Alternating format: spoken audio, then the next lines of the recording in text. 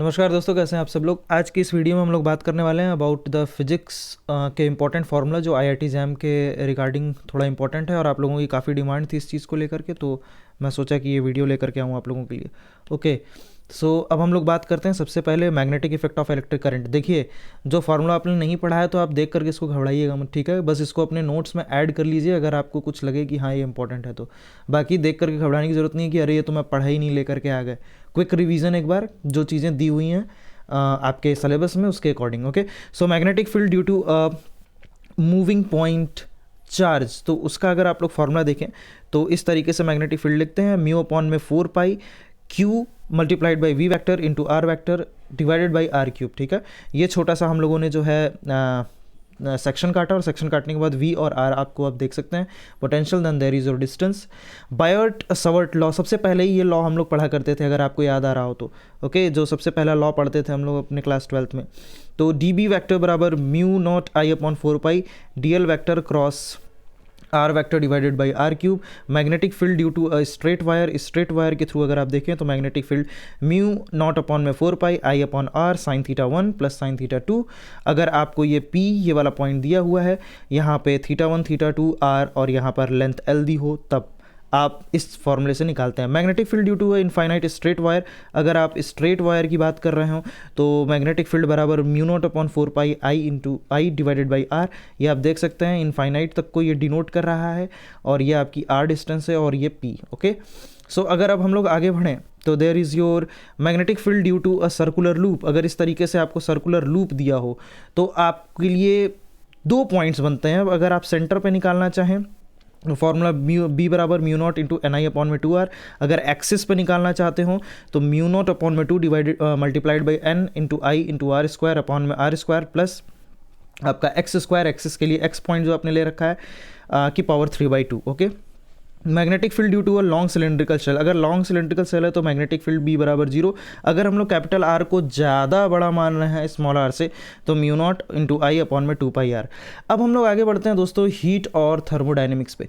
Heat और thermodynamics के लिए टोटल ट्रांसलेशनल जो आपकी काइनेटिक एनर्जी होती है गैसेस के लिए वो half M into V square, provided that V square should be greater than your 3/2, less than mass इसका अगर इससे कम हो तो 3/2 multiplied by P into V 3/2 into N R T. V अगर हम लोग रिलेटिव मोशन के लिए निकालते हैं, ठीक है, आर एम एस अगर हम लोग निकालते हैं तो 3 into P divided by rho जो कि आपकी जो है डेंसिटी को डिनोट करता है 3/3 आर टी अपॉन में M mole 3 K T upon में एम, ये स्क्वायर रूट में। Okay, now let us try to figure out work done in isothermal process. देखो भाई आइसोथर्मल प्रोसेस से आया है, ठीक है क्वेश्चन। तो W बराबर 2.303 N R T log to the base 10 V F upon में V I. V F final है, वी आई इनिशियल है। मोलर हीट कैपेसिटी अगर आइडियल गैस की निकाली जाए इन टर्म्स ऑफ आर तो फॉर मोनो एटॉमिक गैसेस के लिए सी पी अपॉन में सी वी बराबर कितना हो जाएगा 1.67। डाई एटॉमिक गैसेस के लिए सी पी अपॉन में सी वी कितना हो जाएगा 1.4 और ट्राई एटॉमिक गैसेस के लिए सी पी अपॉन में सी वी बराबर 1.33। इसको रट के जाइए, ज़्यादा आपको फायदे में करेगा। इन जनरल गामा बराबर C P upon C V 1 + 2 upon में F. Moment of inertia all time important, कभी कभी तो हो सकता है कि मैच द कॉलम में पूछ दे। तो अगर आप सॉलिड स्फीयर के लिए निकालना चाह रहे हैं तो फॉर्मूला है मोमेंट ऑफ इनर्शिया का 2/5 M R square, uniformly distributed हो। हॉलो स्फीयर के लिए अगर आप निकालना चाह रहे हैं तो एम आर स्क्वायर यूनिफॉर्म के लिए।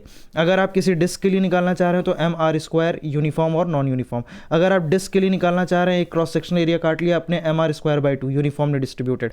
हॉलो सिलेंडर के लिए अगर आप निकालना चाह रहे हैं, हॉलो सिलेंडर के लिए तो एम आर स्क्वायर बाई 2। अगर आप सॉलिड सिलेंडर के लिए निकालना चाह रहे हैं तो एम आर स्क्वायर बाई 2। अगर आप किसी सिंपल सी एक कह सकते हैं कि आप किसी जो आप रेक्टेंगुलर शेप के लिए कोई निकालना चाह रहे हैं, अगर आप कुछ स्पेसिफिक लेंथ में निकालना चाह रहे हैं जिसका M1 और L दिया हो तो mass into L square upon में 12। अब ये जो चीज़ है ये आपका स्क्वायर प्लेट है। स्क्वायर प्लेट के लिए अगर आप निकालना चाहें तो आई ए बी जो है, ये आप ए बी जो देख पा रहे हैं और आई सी डी आप जो देख पा रहे हैं मोमेंट ऑफ इनर्शिया, और ई एफ जो देखना चाह रहे हैं, उन तीनों का मान कितना आएगा एम ए स्क्वायर बटा में 12, ठीक है। अगर आप बात करते हैं किसी रेक्टेंगल शेप के लिए, ये स्क्वायर था और ये रेक्टेंगुलर था, ठीक है, तो आई बराबर कितना हो जाएगा moment of inertia M multiplied by A square plus B square upon में 12 यूनिफॉर्मली डिस्ट्रीब्यूटेड, राइट। अगर आप क्यूब के लिए निकालना चाहते हैं मोमेंट ऑफ इनर्शिया तो M A square plus B square upon में 12। अगर आपको याद आ रहा हो क्लास 12th में कितनी खतरनाक लेवल पे इसकी हम लोग डेरिवेशन वगैरह किया करते थे, राइट। सो बस इसको रट के जाना है, ऐसे ही इससे कुछ फंस जाता है तो अच्छी बात है, नहीं तो कोई बात नहीं। सिंपल हार्मोनिक मोशन में सिंपल सा फॉर्मूला F बराबर minus K X, general equation x is equal to a sine omega T plus phi. Angular frequency जो हम लोग निकालते थे ओमेगा बराबर 2 पाई अपॉन में टी या 2 पाई f, ठीक है, 1 बाई टी को हम लोग f पिल कर सकते हैं। टाइम पीरियड t है तो t बराबर 2 pi by omega 2 pi under root m by K.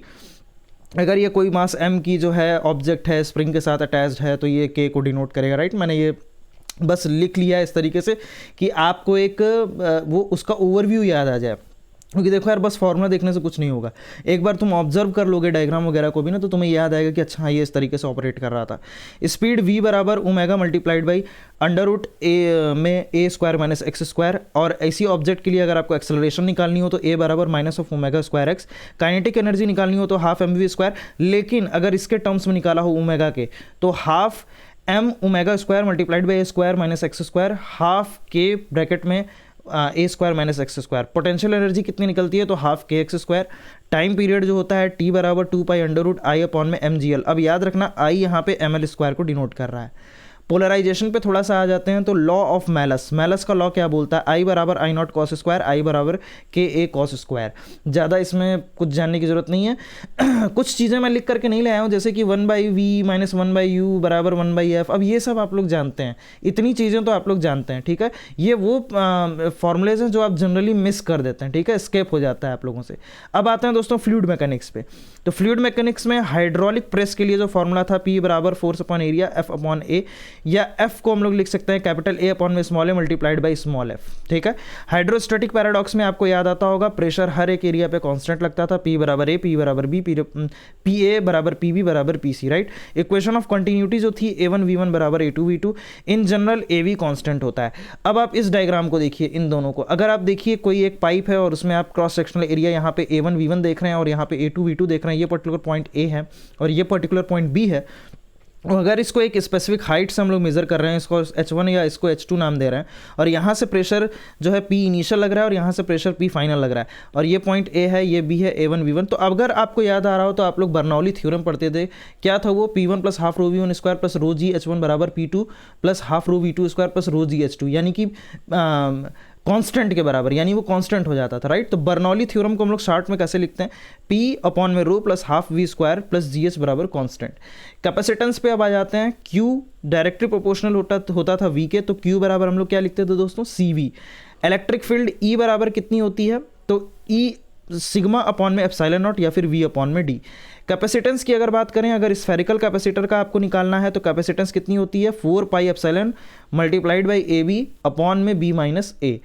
अगर हम लोग सीरीज कॉम्बिनेशन की बात करें तो सीरीज कॉम्बिनेशन याद रखिएगा कैपेसिटर में उल्टा हो जाता है भाई। यहाँ पर जो आप लिख रहे हो ना, तो सीरीज के लिए 1 अपॉन में C इक्वेलेंट बराबर आप लिखोगे 1 by C1 plus 1 by C2 plus 1 by C3। Parallel में ये चीज़ उल्टा हो जाती है। यही चीज़ आप रेजिस्टेंस में देखो, रेजिस्टेंस के कंपैरिजन में इसको आप लोग उल्टा लिखते हो, right. Now let us talk about projectile motion. Projectile motion में टाइम ऑफ फ्लाइट को हम लोग डिनोट करते हैं अबाउट 2u अपॉन में 2u साइन थीटा अपॉन में g। हॉरिजॉन्टल रेंज हम लोग r बराबर u square sine 2 theta upon में 2g। मैक्सिमम हाइट के लिए h बराबर u square sine square theta upon में 2g। स्प्रिंग बैलेंस की अगर हम लोग बात करें तो अगर आप देखिए ये इस तरीके से कोई ऑब्जेक्ट लटका हुआ है और आप देख सकते हैं एक्सेलरेशन यहाँ पे ऊपर की तरफ है और यहाँ पर एक्सेलरेशन कहाँ हो रही है, नीचे की तरफ हो रही है। तो दोस्तों अगर आप लोग गौर करिएगा कि यहाँ पे मास m1 दिया हुआ है और यहाँ पर मास m2 दिया हुआ है, तो उसके लिए जो एक्सेलरेशन की जो वैल्यू निकलती थी दैट वाज a बराबर m2 minus m1 multiplied by g upon में m1 प्लस m2। और टेंशन जो हम लोग निकालते थे इसके लिए that was 2m1 m2 multiplied by G upon में m1 प्लस m2। तो दोस्तों ये आप लोगों की काफ़ी डिमांडिंग वीडियो थी कि सर फिजिक्स पर लेकर के आइए। अब देखिए सारे फार्मूले बनाते हुए मैं बैठ जाऊं तो बहुत टाइम चला जाएगा, यही फार्मूले बनाने में मुझे इतनी टाइम लगी। आप लोग देख सकते हैं, आप लोगों ने कल परसों में मांगा था और इसको मैं आज दे रहा हूँ, ठीक है, क्योंकि काफ़ी टाइम लग गया था। टाइम टेकिंग होता है दोस्तों, आइडेंटिफाई करना पड़ता है क्या चीज़ें ज़्यादा पूछी हैं, क्या चीज़ें कम पूछी हैं, ठीक है। इसमें बहुत सारी चीज़ें पूछी हुई थी बट उससे क्वेश्चन काफ़ी कम आए थे और आप उन्हीं क्वेश्चन को पहले ज़्यादा देखा करिए जिससे ज़्यादा क्वेश्चन बनते हैं, राइट। तो मूवमेंट ऑफ इनर्शिया वगैरह हो गया, फिर आपका प्रोजेक्टाइल मोशन हो गया, इन सब काइनेमेटिक्स वगैरह को थोड़ा सा देख लीजिएगा, ठीक है। तो दोस्तों अगर वीडियो अच्छी लगी हो तो वीडियो को लाइक कर दीजिए, चैनल को सब्सक्राइब कर दीजिए और दोस्तों वीडियो के अंत तक बने रहने के लिए आप सभी लोगों का बहुत बहुत धन्यवाद।